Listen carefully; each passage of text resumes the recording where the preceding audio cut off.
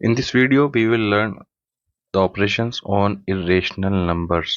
यानी irrational numbers को किस तरह ऐड करते हैं, सब्सट्रैक्ट करते हैं, मल्टीप्लाई करते हैं और डिवाइड करते हैं। तो सबसे पहले हम डिस्कस करेंगे यहाँ पर addition of irrational numbers. Irrational numbers को कैसे ऐड करते हैं, तो इसको हम कुछ एग्जांपल से समझेंगे। जैसे पहला एग्जांपल है कि अंडर रूट 2 और अंडर रूट 2 को अगर हम ऐड करेंगे तो वो ऐड होकर हो जाएगा 2√2। इसी तरह से अगर हम नंबर्स को ले लें under root 5 plus under root 5 plus under root 5, तो ये 3 नंबर होंगे जिनको ऐड करने के बाद 3√5 हो जाएगा। ये सिंपल अलजेब्रा की तरह है। जैसे अलजेब्रा में हम देखते हैं कि x और x को ऐड करने के बाद 2x हो जाता है, और अगर हम x प्लस एक्स 3 टाइम्स करेंगे तो वो 3x हो जाएगा। फिर इसके बाद दूसरा एग्जाम्पल है under root 2 plus under root 5।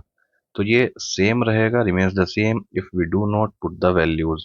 अगर हम वैल्यूज को ना पुट करें तो ये सेम ही रहेगा, लेकिन अगर हम वैल्यूज को पुट कर देंगे, जैसे 1.414 जो कि अंडर रूट 2 की वैल्यू है, और 2.236 जो कि अंडर रूट 5 की वैल्यू है, और फिर इसको हम ऐड कर देंगे तो हमें ये आंसर भी मिल जाएगा। लेकिन अलजेब्रा के तरह हम इसको ऐसे भी लिख सकते हैं, जैसे x प्लस वाई को ऐड करने पर, क्योंकि वहां पर कोई वैल्यू नहीं होती x और y की, तो वो रिमेन्स द सेम सेम रहता है। तो हम इसको ऐसे भी छोड़ सकते हैं और ऐसे वैल्यूज भी पुट कर सकते हैं।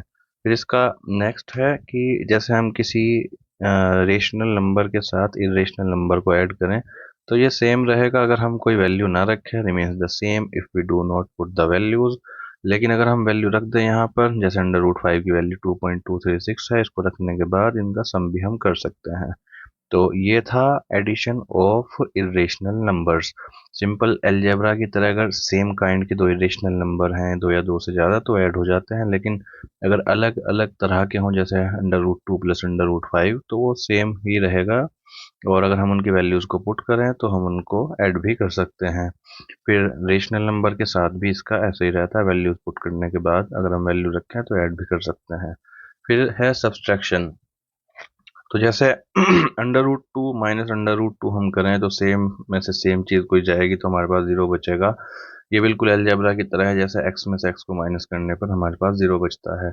इसके अलावा इसमें हमें ये देखने को मिल सकता है, जैसे हम 5 under root 2 minus 3 under root 2 करते हैं, तो ये बिल्कुल ऐसा होगा 5x माइनस 3x।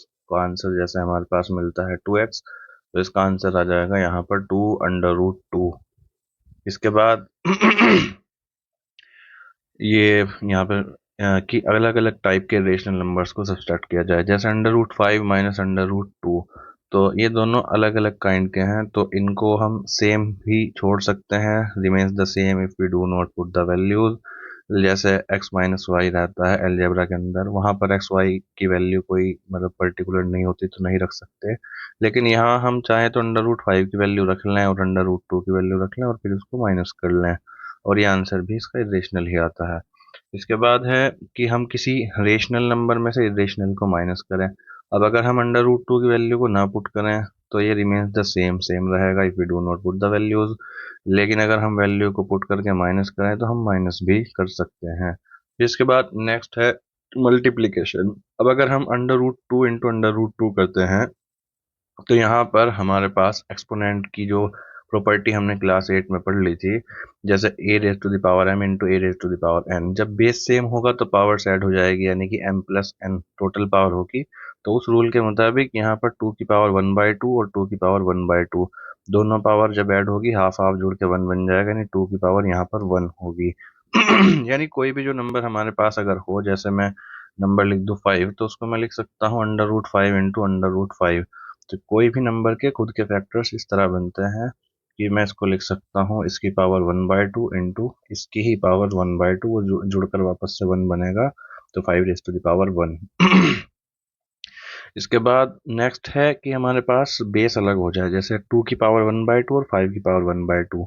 तो यहाँ पर हम एक्सपोनेंट की ये वाली प्रॉपर्टी यूज करेंगे, A raise to the power m into B raise to the power m।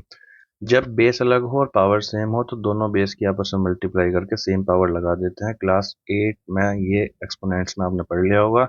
तो यहाँ पर 2 इंटू 5 की होल पावर 1/2 बन जाएगी। तो इसको मैं इकट्ठा लिख सकता हूँ अंडर रूट 10। तो हम इसको डायरेक्टली करेंगे, जब भी हमारे पास दो नंबर इस तरह में अंडर रूट में मिलेंगे तो हम एक ही छतरी इनकी लगा देंगे और अंदर दोनों की मल्टीप्लाई करके 2 इंटू 5 जैसे यहाँ पर 10 हुआ। फॉर एनी होल नंबर और पॉजिटिव फ्रैक्शन के लिए हमारे पास ये रूल बनता है कि अगर नंबर है अंडर रूट जैसे m, तो मैं इसको लिख सकता हूँ under root m into under root m। इसी तरह अगर मेरे पास फ्रैक्शन हो जैसे m बाई n, तो मैं इसको लिख सकता हूँ under root m into under root m divided by under root n into under root n। ये मल्टीप्लिकेशन था। अब इसके बाद है डिवीजन। डिवीजन में ये होगा जैसे 5 को मैं अंडर रूट 5 से डिवाइड करता हूँ, तो 5 को मैं लिख सकता हूँ जैसे मैंने पिछले रूल में बताया कि किसी भी नंबर को उसी के अंडर रूट वाले दो नंबर्स के मल्टीप्लाई की फॉर्म में लिखा जा सकता है। तो यहाँ से नीचे वाला अंडर रूट 5 ऊपर वाले को कट कर देगा और हमारे पास एक ही बचेगा। ये था डिवीजन। अब इसके बाद है कुछ यूजफुल आइडेंटिटीज जिनको हम अगली एक्सरसाइज को सोल्व करने में यूज करेंगे। सबसे पहले ये जो आइडेंटिटीज हैं ये एनसीईआरटी के अंदर गिवन है, इनको मैंने नीचे एक एक करके समझा दिया। तो सबसे पहले वाली है under root A into under root B. तो इसको मैं लिख सकता हूँ A raise to the power half और B raise to the power half. और यहाँ पर रूल लगेगा कि जब बेस अलग हो और पावर सेम हो तो बेसिस आपस में मल्टीप्लाई करते हैं और पावर इकट्ठा एक ही बार लिखी जाती है। तो ये हो जाएगा अंडर रूट ए बी। फिर दूसरा होगा under root a by under root b. यहाँ पर भी सेम लगेगा कि बेस जो है अलग है और दोनों की पावर है सेम, हाफ यहाँ पर हाफ यहाँ पर, तो ये बनेगा अंडर रूट ए बी। ये आइडेंटिटी यहाँ पर मैंने लिख दी। इसके बाद है under root A plus under root B into under root A minus under root B. तो इसमें अंडर रूट ए, इस यहाँ पर आइडेंटिटी हम ये वाली यूज करेंगे, under a minus b into a plus b is equal to A square minus b square. तो ये बनेगा अंडर रूट ए और इस पर स्क्वायर लगाएंगे अंडर रूट बी, इस पर स्क्वायर, स्क्वायर से रूट यहाँ भी कट होगा और यहाँ भी कट होगा, तो हमारे पास सिंपली ए माइनस बी बचेगा। इसके बाद नेक्स्ट आइडेंटिटी है A plus under root B into A under root A minus under root B. तो यहाँ पे भी सेम आइडेंटिटी ये वाली ही हम यूज करेंगे। तो ए का स्क्वायर होगा माइनस अंडर रूट बी का होल स्क्वायर, तो स्क्वायर से रूट कट होगा, ये बनेगा ए स्क्वायर माइनस बी। इसके बाद नेक्स्ट आइडेंटिटी है under root A plus under root B into में under root C plus under root D.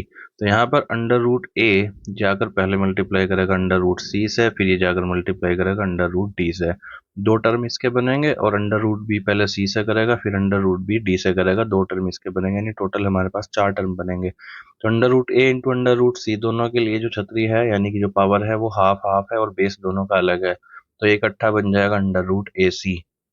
इसी तरह यहाँ पर ये बनेगा अंडर रूट ए डी और बी सी, ये बन जाएगा अंडर रूट में एक ही छतरी के अंदर, और under root B into under root D under root B D.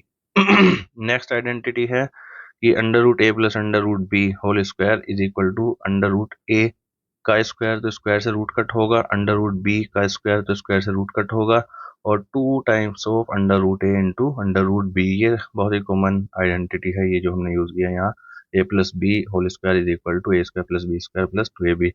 तो यहाँ से ये बचेगा A plus B plus two under root A B. ये जो सब्सट्रैक्शन एडिशन डिवीजन और ये जो आइडेंटिटीज हमने इस वीडियो में पढ़ी है, ये नेक्स्ट वीडियो में एक्सरसाइज 1.4 को सोल्व करने में हम यूज करेंगे।